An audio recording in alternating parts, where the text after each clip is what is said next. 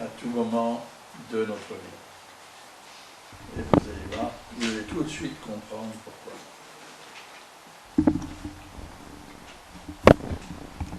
Donc,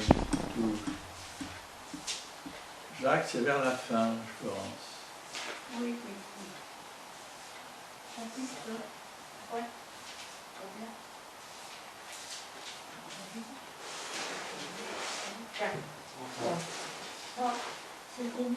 Chapitre 3, verset 1. Ne soyez pas nombreux à vouloir devenir des enseignants, car vous le savez, mes frères et sœurs, nous serons jugés plus sévèrement. En effet, nous trébuchons tous de bien des manières. Et si quelqu'un ne trébuche pas en parole, c'est un homme mûr, capable de tenir tout son corps en bride. Quand nous mettons le mors dans la bouche des chevaux pour qu'ils nous obéissent, nous dirigeons ainsi leur corps tout entier. Voyez aussi les bateaux, même très grands et poussés par des vents impétueux, ils sont conduits par un tout petit gouvernail, là où le pilote le veut. De même, la langue est un petit membre, et elle peut se vanter de grandes choses. Voyez comme un petit feu peut embraser une grande forêt. La langue aussi est un feu.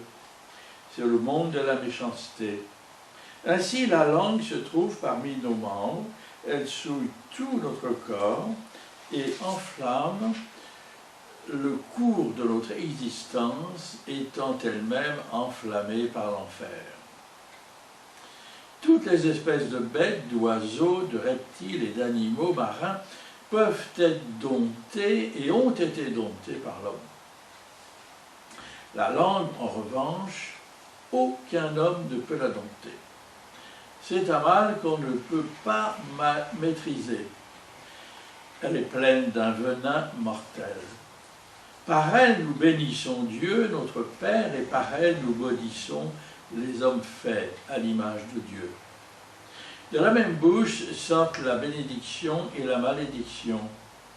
Mes frères et sœurs, il ne faut pas que tel soit le cas. Une source fait-elle jaillir par la même ouverture de l'eau douce et de l'eau amère? Un figuier, mes frères et sœurs, peut-il produire des olives ou une vigne, des figues? De même, aucune source ne peut produire de l'eau salée et de l'eau douce. Plein de sagesse tout ça, hein? Vous avez deviné, hein? On va parler de la langue. La langue. C'est un petit membre, hein? Petit, mais qui est quand même très important. Hein? Et on va méditer sur, comme nous y invite Jacques, hein, sur son mauvais et bon usage. Alors la langue, c'est ce qui permet la transmission des sons émis par nos cordes vocales, mais c'est aussi le membre qui permet la déglutition. Il n'y avait pas de langue, on ne pourrait pas avaler. La langue, c'est donc l'organe qui nous permet de communiquer entre nous par la parole. Et la parole, elle exprime notre pensée. Et par donc l'articulation des mots, bien notre pensée s'exprime et vous l'entendez. Mais la langue et la pensée donc expriment en fait les sentiments de notre cœur. C'est cela qu'ils expriment. C'est ce que nous dit la parole de Dieu. Parce que dans la Bible, la langue et le cœur sont souvent considérés ensemble. Par exemple, le Seigneur nous dit en Matthieu 12, verset 34, « C'est de l'abondance du cœur que la bouche parle. » Pourtant, c'est quelques mots. Dans les psaumes, dans les proverbes, dans le livre des proverbes, il est beaucoup question de la langue, de notre bouche, et presque à chaque fois, le verset avant ou le verset après, le cœur est cité. Vous savez, rien que dans les proverbes, dans le livre des proverbes, il y a 89 versets qui se rapportent à la langue, qui se rapportent à la bouche, aux lèvres, à la parole. 89, c'est beaucoup, hein? Ça fait presque 4 chapitres. 4 chapitres des proverbes consacrés, hein? C'est parsemé un peu partout, mais 4 chapitres consacrés au bon usage de la langue. Vous voyez, on voit que la langue, en fait, elle est un membre qui est au service de notre cœur, de notre âme, et qui va, bien sûr, exprimer nos sentiments. C'est ce que va exprimer notre langue. Et c'est très important parce que souvent, ça vous est tous arrivé, il suffit d'écouter quelqu'un un quart d'heure, et puis on sait à qui on a affaire. Un quart d'heure, une demi-heure, ça suffit, hein, et ça y est, la personne s'est dévoilée et on la connaît. N'est-ce pas, pour se connaître normalement, de mon temps, ce qui n'est pas si vieux que ça quand même, les fiancés vont se parler. Ils peuvent se voir, ils peuvent se sentir, se caresser, mais pour se connaître vraiment, ben, il fallait qu'ils se parlent et qu'ils s'écoutent. Parce que leur âme et leur cœur, n'est-ce pas, ont besoin de se livrer et de se dévoiler et c'est ce qui va nous révéler si on est bon pour vivre ensemble. C'est ça qui va nous révéler. N'est-ce pas, parce que l'amour, le vrai, va se construire sur la base de l'amitié. Ça va partir de là, et non mais une amitié pas n'importe laquelle, une amitié profonde et respectueuse. Et non sur, comme aujourd'hui, sur une excitation sexuelle où, voilà, en 24 heures, c'est fait et c'est réglé. C'est autre chose que le Seigneur attend de nous. Tout à fait autre chose.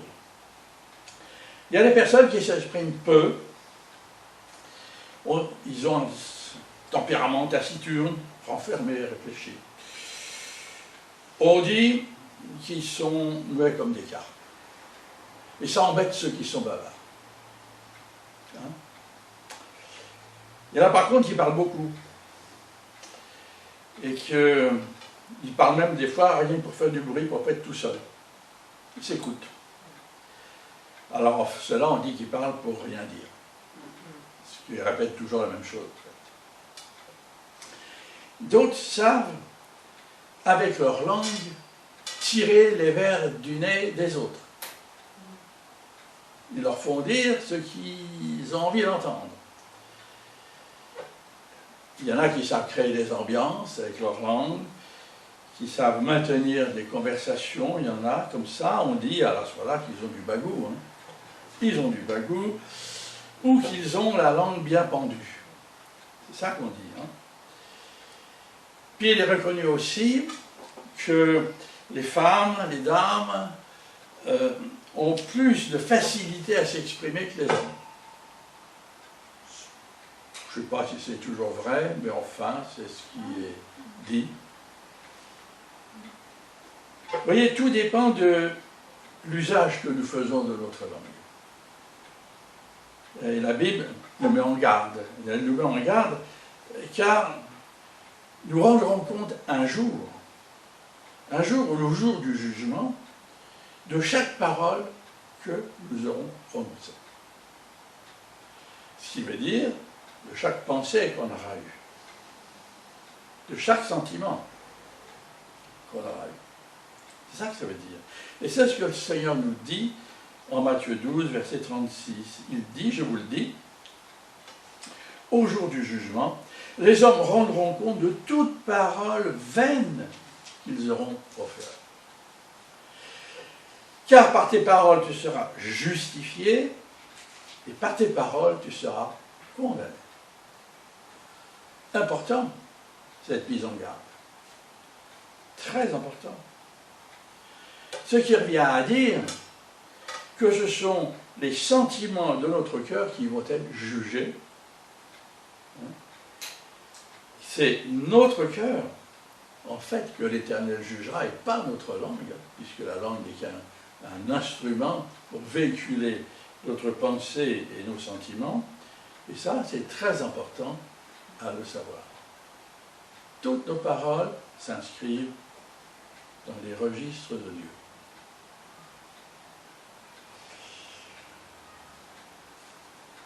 Alors, dans une communauté, dans une église, n'est-ce pas, l'usage de la langue, c'est très important, hein, parce qu'elle nous permet bien sûr de communiquer entre nous, comme on le fait toujours, mais aussi elle exprime nos sentiments, et on sait comme ça assez rapidement qui nous sommes, vraiment.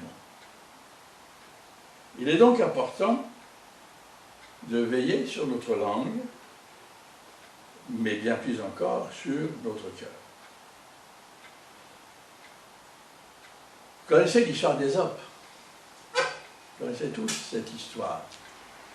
Non? Non, vous ne connaissez pas tous l'histoire d'Ésope? C'est cet esclave philosophe qui était en Grèce, là, et un jour son maître lui dit « Fais-moi à manger ce qu'il y a de meilleur ». Et il lui apporte une langue. Et le lendemain, il lui dit « Fais-moi à manger ce qu'il y a de plus mauvais ». Et il lui apporte une langue. Et pourquoi? Ben, on l'a lu tout à l'heure. Avec la langue, on peut glorifier Dieu et maudire un frère. C'est fait à l'image de Dieu. Vous voyez? Quand on vient de se convertir, il y a tellement de choses qui se passent dans le cœur, dans une vie, parce que le sentiment change. Alors le sentiment change, notre cœur est maintenant, parce qu'il est habité par le Saint-Esprit, et notre langage va changer.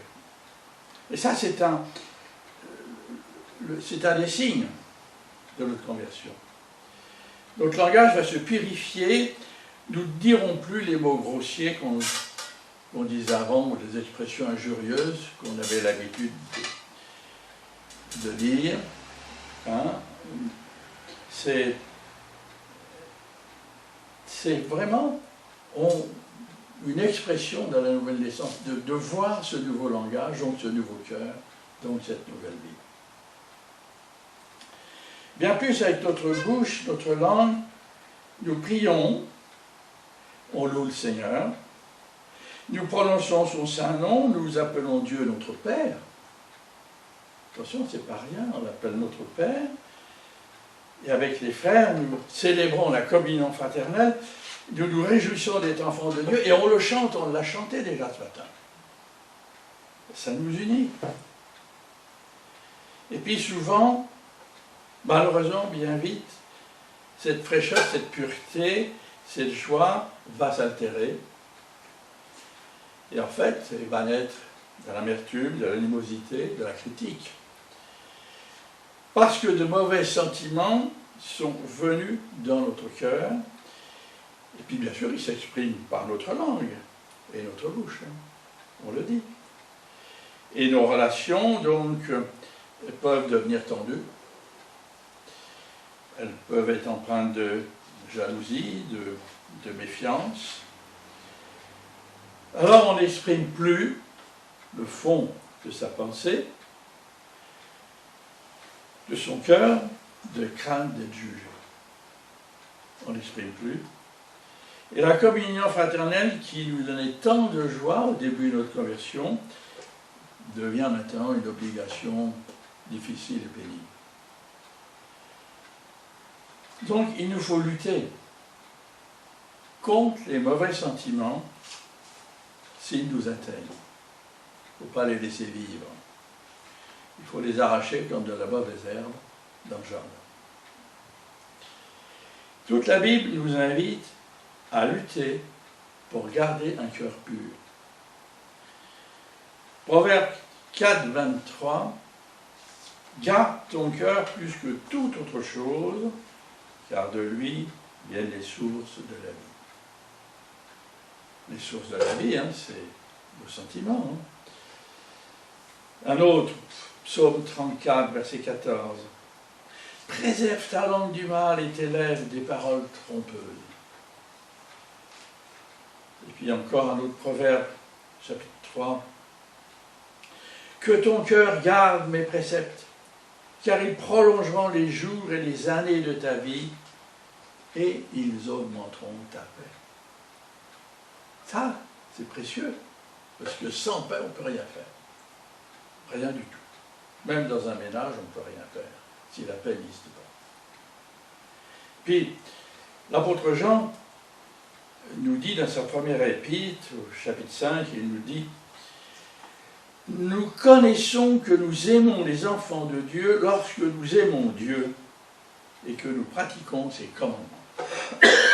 Car l'amour de Dieu consiste à garder ses commandements.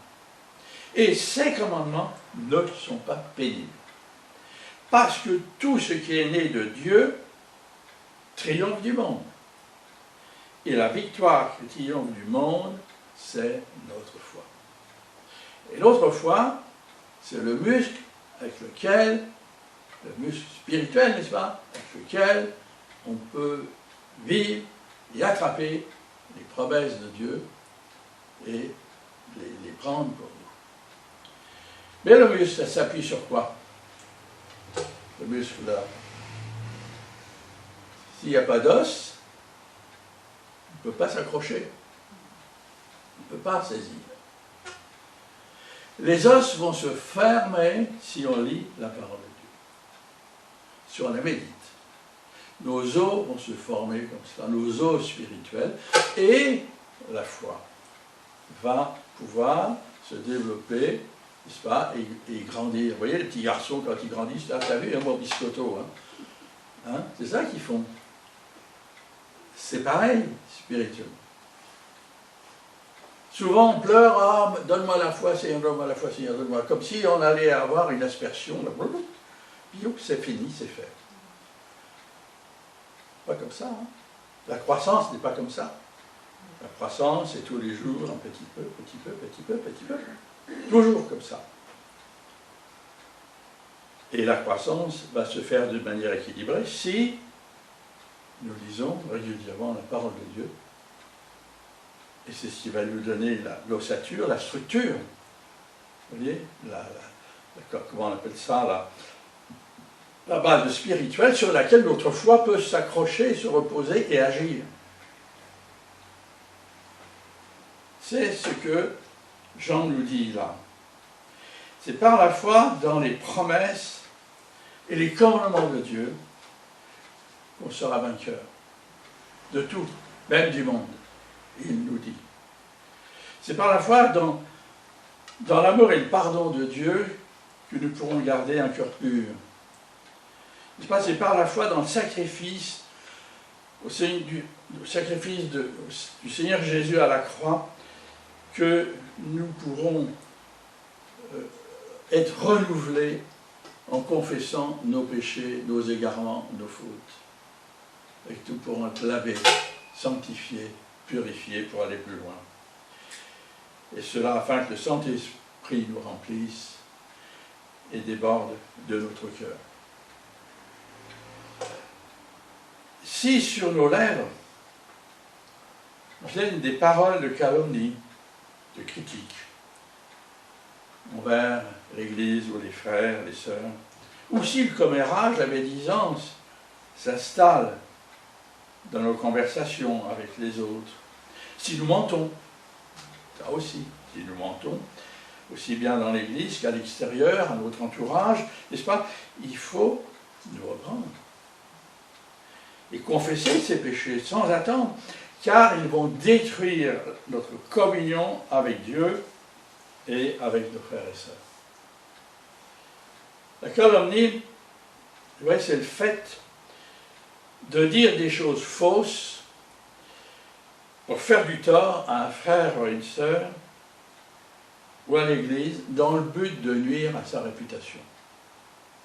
C'est ça la calomnie. Et c'est de détruire l'autre.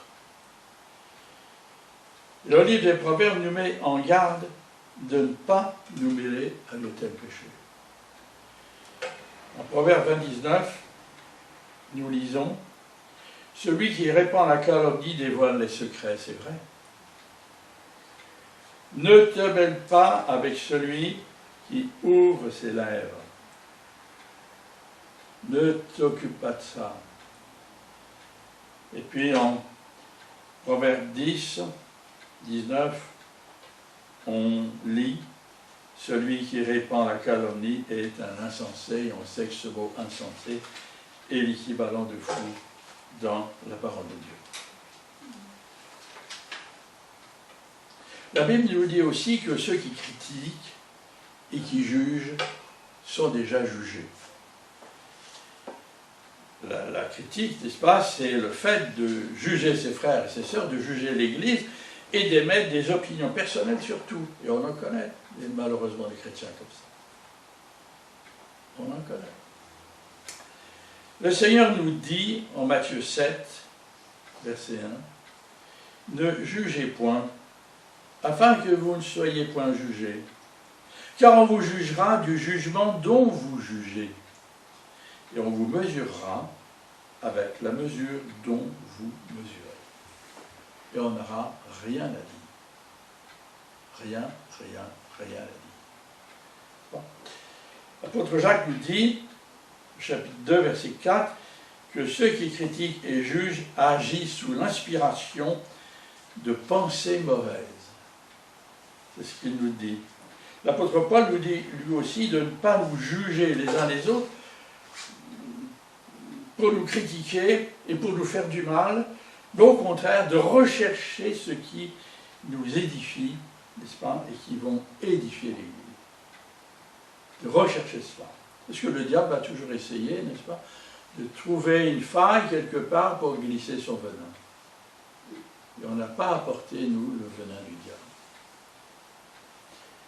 Romains 14, 13, « Ne nous jugeons donc pas les uns les autres, mais pensez plutôt à ne rien faire, qui soit pour votre frère et votre sœur une pierre d'achoppement ou une occasion de chute. » Et puis, on a parlé du commérage. Pas se laisser aller au commérage. Hein? T'as vu? Moi j'ai tout. Hein? Pas de commérage dans l'Église. Parce que le commérage va faire naître la médisance. À tous les coups. On va commencer à médire. Donc il faut veiller sérieusement à ne pas multiplier ces paroles. Parce qu'on va pécher. Ça va nous entraîner tôt ou tard à pécher. Et à faire du tort aux autres. Le livre des Proverbes nous dit, en Proverbe 10, 19, « Celui qui parle beaucoup ne manque pas de péché. » C'est sage, hein? Mais celui qui retient ses lèvres est un homme, une femme prudente. Donc, il y va de notre volonté, là, hein, de se tenir en main, hein, et on peut le faire. Proverbe 12, 18, nous lisons « Tel qui parle légèrement blesse comme un glaive, et la langue des sages apporte la guérison. » Et on est tous hein, dans ce terrain-là. Hein. Puis la pratique du mensonge, ben ça c'est très très grave. Et la Bible nous dit que ceux qui le pratiquent, ils y prennent un certain plaisir. Mais s'ils trompent leurs frères et leurs sœurs, au bout d'un moment, leur plaisir va être amer. C'est ce que nous dit Proverbe 20, 17. Il nous dit « Le pain du mensonge est doux à l'homme. Et plus tard, sa bouche est remplie de gravier. » Ça veut dire, il se mord la langue. Ça veut dire ça. Ça veut dire que l'amertume peut venir. Et puis en Apocalypse 22, 15, nous avons là un avertissement très très sérieux, où là c'est juste avant le jugement. Hein, ce verset nous a donné juste avant le jugement. n'est-ce pas, pour ceux qui pratiquent et aiment le mensonge. La Bible dit qu'ils n'hériteront pas le royaume de Dieu. C'est grave. Apocalypse 22,15, nous lisons « Dehors les chiens, les enchanteurs, les impudiques, les meurtriers, les idolâtres, et quiconque aime et pratique le mensonge. » Terrible, hein? Aux yeux de Dieu, le péché du mensonge, il le voit aussi grave que l'idolâtrie ou le meurtre. C'est ça que ce verset nous dit, et ça c'est très grave. Très, très grave. C'est pour cela que l'apôtre Paul vous exhorte avec rigueur à annoncer, à renoncer au mensonge. Beaucoup de choses, vous voyez, sur le mensonge, hein, qui se glissent quand même. C'est un venin, ça, qui peut se glisser, hein, qui se glisse dans l'Église, on le voit. Éphésiens 4,25 nous dit « C'est pourquoi renoncez au mensonge et que chacun de vous parle, selon la vérité, à son prochain, car nous sommes membres les uns des autres. » Il nous faut préserver la paix, préserver la lumière qui règne entre nous, n'est-ce pas? Et qu'on cherche joyeusement, pour pouvoir chercher joyeusement ensemble la route que nous devons suivre, que nous cherchions ensemble dans l'attente du Seigneur, n'est-ce pas? Enfin, la bénédiction qu'il nous a préparée. Si on n'est pas dans cette situation-là, on n'aura pas de grande bénédiction, on n'aura pas grand-chose. Vous voyez, il est donc de notre devoir de maîtriser notre langue. Et les sentiments, bien sûr, qui bouillonnent dans notre cœur, parce que tout ça, vous voyez, c'est lié. C'est pas facile, toujours. Car nous devons prendre comme décision, il nous faut prendre cette décision, qu'avec l'aide du Seigneur, de garder nos cœurs purs et nos lèvres pures. Ça, c'est une décision à prendre, que le Seigneur va nous aider à honorer. Son esprit va nous rappeler tout le temps, il va nous donner les moyens de garder cette décision et de la faire fructifier dans notre vie. Cette décision, n'est-ce pas, de garder nos cœurs purs et nos lèvres pures. L'apôtre Pierre nous dit, en 1 Pierre 3,10, « Si quelqu'un, en effet, veut aimer la vie, et voir des jours heureux, et ça c'est notre cas à tous, hein. On veut tous ça, qu'il préserve sa langue du mal et ses lèvres des paroles trompeuses. » Il y en a qui se sont créés bien des enfers comme ça, hein, avec des paroles trompeuses et du mal. Le roi David, n'est-ce pas, qui connaissait la faiblesse de ses sentiments et de sa langue, hein, il priait le Seigneur ainsi, au psaume 141, il dit « Éternel, mets une garde à ma bouche, veille sur la porte de mes lèvres, n'entraîne pas mon cœur à des choses mauvaises, à des actions coupables avec les hommes qui font le mal, et que je ne prenne aucune part à leur festin. » Alors que ce soit aussi notre prière. Vous voyez, prière, voilà, Seigneur, aide-moi à me garder. Aide-moi. Et on voit bien que le Seigneur l'a fait, parce que la moitié des psaumes sont quand même lui qui les a écrits, avec la bénédiction de Dieu. Même s'il a une vie un peu comme ça, mais finalement, il nous a donné un exemple, parce que notre vie n'est pas meilleure. Qu'est-ce qu'on doit faire alors avec notre langue? Hein? Rendre gloire à Dieu. C'est le premier but. Chercher la gloire de Dieu dans tout ce que nous faisons, dans tout ce que nous pensons. Aujourd'hui, je veux la gloire de Dieu. Conduis-moi, Seigneur, à honorer ta gloire, à me réjouir de vous être là, me réjouir de l'Église, de ce que le Seigneur bâtit malgré tout son Église en France. Malgré tout ce qu'on entend, tout ce qu'on voit, non, l'Église grandit. Petit, mais elle grandit, n'est-ce pas? Et puis d'annoncer la bonne nouvelle. Seigneur, donne-moi aujourd'hui l'occasion de pouvoir annoncer la bonne nouvelle à quelqu'un que je ne connais pas. Aide-moi, Seigneur, précède-moi, conduis-moi, que je sois ton témoin, que j'ai la joie de parler de toi. Voilà ce que le Seigneur nous invite à faire. L'apôtre Paul nous exhorte aussi en Colossiens 3, chapitre 3, verset 16. Il dit, c'est important, que la parole de Christ habite parmi vous abondamment. Vous voyez, on revient toujours à la parole, hein, se faire le muscle. Pareil pour une église. Instruisez-vous et exhortez-vous les uns les autres en toute sagesse, par des psaumes, par des hymnes, par des cantiques spirituels, par la parole de Dieu. Hein. Chantant à Dieu dans vos cœurs sous l'inspiration de la grâce. Et quoi que vous fassiez, en parole ou en œuvre, faites tout au nom du Seigneur, en rendant par lui des actions de grâce à Dieu le Père. Voilà la marche à suivre. C'est clair. C'est le programme. Des fois, notre parole, finalement, doit être à l'image de Christ. Elle doit être empreinte de sagesse. Elle doit être assaisonnée de Saint-Esprit afin qu'elle accomplisse la volonté de Dieu. C'est ce que nous dit Paul un peu plus loin dans l'Épître aux Colossiens. Il dit au chapitre 4, verset 6, il dit « Que votre parole soit toujours accompagnée de grâce, assaisonnée de sel, afin que vous sachiez comment il faut répondre à chacun. » Sinon, on ne sait pas, et on va dire n'importe quoi.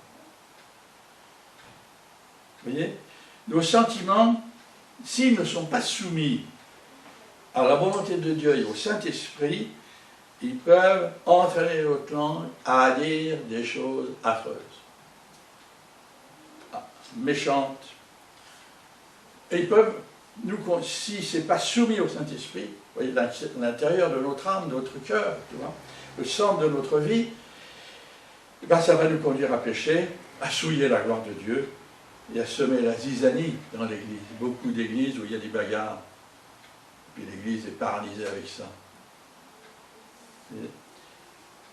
L'Ecclésiaste, le livre de l'Ecclésiaste nous recommande de rester maître de notre bouche. Ecclésiaste 5.5, c'est facile à retenir, hein? 5.5, Ecclésiaste 5.5. Hein? Ne permets pas à ta bouche de faire pécher ta chair. Ça, c'est péremptoire. Ne permets pas à ta bouche de faire pécher ta chair, de faire pécher ton corps, de te faire pécher ta vie, vous voyez, de t'entraîner dans une voie de péché. Et il nous faut demander au Seigneur la victoire dans ce domaine, dans notre vie, et c'est un véritable combat. Il faut le reconnaître, c'est un véritable combat. Alors il faut confesser nos faillites. Il y en a. Le Seigneur, dans sa miséricorde, il nous relèvera. Et il nous donnera chaque jour la force de résister à la tentation de la critique, de la médisance, du mensonge, je sais pas, mais de chercher le bien de nos frères et sœurs par-dessus tout. De les aimer, le bien de l'Église, et d'avoir la joie d'annoncer, n'est-ce pas, la bonne nouvelle du Seigneur à ceux qu'il met sur notre chemin. Pour conclure, deux versets. Dans encore Proverbe 15.15, c'est facile à se retenir. Proverbe 15.15, vous voyez. Marignan 15.115, vous voyez, on se souvient. Tiens, voilà. Ce verset nous dit, le cœur content est un festin perpétuel. Un cœur content est un festin. C'est-à-dire qu'on est heureux dans la vie.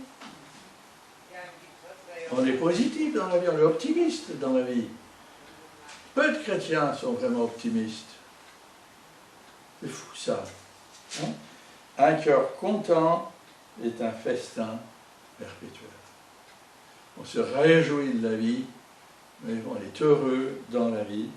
Il y a un deuxième verset, au psaume 71, verset 8, que notre bouche soit remplie de tes louanges, que chaque jour elle te glorifie. Amen. Que le Seigneur nous aide. Hein? Il est prêt à nous entraîner dans ce chemin, il le veut. Mais que nous rentrons dans sens du vent de sa volonté, de garder notre langue et notre cœur. Merci Seigneur de nous y aider, de nous donner ta grâce pour vivre et que nos vies soient un festin. Par les comptes. Formidable. Ce que le Seigneur veut pour nous.